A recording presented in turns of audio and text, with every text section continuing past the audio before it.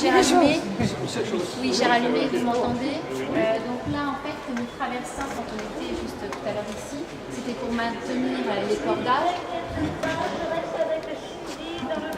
Donc en fait, on avait aussi l'installation du grelin. Le grelin, c'est le câble d'encre qui servait à remonter l'encre.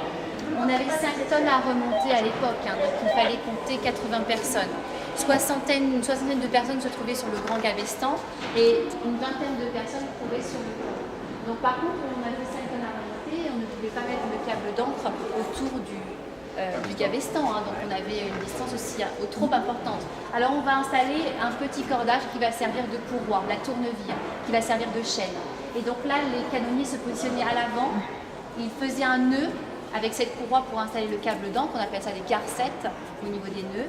Et puis en même temps, n'oubliez pas les hommes qui tournaient autour. Donc ça remontait le câble d'encre avec la chaîne, avec ce petit cordage. Et puis juste en dessous des escaliers, on a une fosse, la fosse au câble. Donc il faisait que la partie donc à l'avant jusqu'ici. Donc là, en dessous des escaliers, les canonniers défaisaient le nœud, mettaient le câble d'encre à l'intérieur et le petit cordage, la tournevis, elle continuait à courir sur le pont jusqu'au Grand Gavestan. Voilà, il y a un peu d'eau là. Allez-y, profitez. Et tout ça avec une chanson à virer. Une chanson à virer. Voilà, mais une demi-journée pour faire la manipulation, imaginez à l'époque. Là, on retrouvait les embarcations, hein, les 3 embarcations. En dessous, les mâts de rechange, on n'avait pas assez de place dans la cale. Alors, comme c'était compartimenté pour mettre ses mâts, donc là, on avait en plus les mâts de rechange. Et puis là, à chaque fois, l'ensemble des canons.